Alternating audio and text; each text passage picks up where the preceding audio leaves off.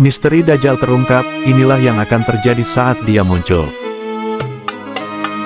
Assalamualaikum warahmatullahi wabarakatuh.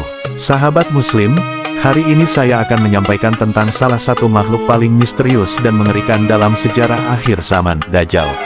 Siapakah dia sebenarnya? Kapan dia akan muncul? Dan apa yang akan terjadi jika kita berhadapan dengannya? Simak cerita lengkapnya. Misteri Dajjal, kita ungkap bersama. Siapa itu Dajjal? Dajjal bukan nama biasa. Ia bukan manusia biasa. Dalam banyak hadits sahih, Rasulullah menggambarkan Dajjal sebagai makhluk fitnah terbesar yang pernah diciptakan Allah.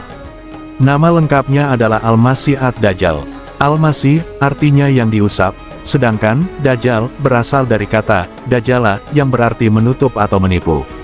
Kenapa disebut Al-Masih? Karena salah satu matanya buta, seakan-akan tertutup atau terhapus. Dan kenapa disebut Dajjal? Karena dia penipu ulung.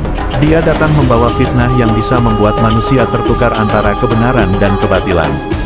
Dalam hadits riwayat Muslim, Rasulullah bersabda, tidak ada satupun fitnah yang lebih besar sejak diciptakannya Adam hingga hari kiamat selain fitnah Dajjal. Hadis riwayat Muslim, ciri-ciri Dajjal menurut hadits. Mari kita lihat seperti apa sosok Dajjal menurut hadis-hadis Nabi. Ciri pertama secara fisik, Dajjal digambarkan sebagai laki-laki muda, berkulit kemerahan, berbadan besar, rambut keriting, dan salah satu matanya buta. Dalam riwayat lain, matanya menonjol seperti buah anggur yang keluar. Tulisan di dahinya tertulis huruf-huruf kafara, artinya kafir. Semua orang beriman bisa membaca tulisan itu, baik yang bisa baca tulis maupun tidak.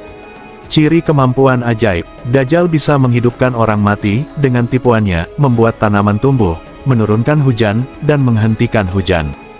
Dia juga bisa menyuruh bumi untuk mengeluarkan kekayaannya. Ciri kecepatan geraknya, Rasulullah menyebut bahwa Dajjal akan menjelajah bumi seperti hujan ditiup angin kencang. Dalam sehari, ia bisa mengelilingi berbagai negeri. Bayangkan, makhluk sekuat itu berjalan bebas di muka bumi. Bagaimana kita bisa selamat? Awal munculnya Dajjal. Dajjal saat ini belum muncul, tapi dia sudah hidup. Ya, menurut hadits, Dajjal ditahan di sebuah pulau terpencil. Inilah yang diceritakan dalam kisah Tamim ad-Dari. Tamim ad-Dari adalah seorang sahabat Nabi yang dulunya beragama Nasrani. Suatu hari, ia berlayar bersama beberapa orang, lalu kapalnya terdampar di sebuah pulau misterius. Di pulau itu, mereka bertemu makhluk berbulu lebat bernama Al-Jassasah, lalu dibawa menemui seorang lelaki besar yang diikat dengan rantai besar. Lelaki itu banyak bertanya soal perkembangan zaman dan akhirnya berkata, akan datang waktu ketika aku akan dibebaskan.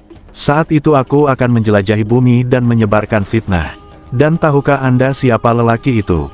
Rasulullah mengonfirmasi, itulah Dajjal, ciri keajaiban dan fitnah Dajjal. Dajjal bukan hanya sekadar makhluk menakutkan. Ia datang membawa fitnah yang menguji keimanan umat manusia. Bayangkan, Dajjal datang ke sebuah desa yang sedang kekeringan. Dia berkata, berimanlah padaku, aku adalah Tuhan kalian. Lalu ia menurunkan hujan, tanah menjadi subur, dan hewan ternak gemuk kembali. Penduduk pun percaya dia adalah Tuhan. Sebaliknya, jika suatu kaum menolak Dajjal, maka daerah itu akan kekeringan, kelaparan, dan menderita. Inilah ujian terbesar, antara memilih kenyang dan selamat secara duniawi, atau tetap beriman dan menghadapi penderitaan. Apa yang terjadi jika Dajjal muncul? Menurut hadits, Dajjal akan muncul di wilayah Khurasan, lalu menyebar ke seluruh penjuru dunia, kecuali Makkah dan Madinah. Di dua kota suci ini, malaikat menjaga dan mengusir Dajjal.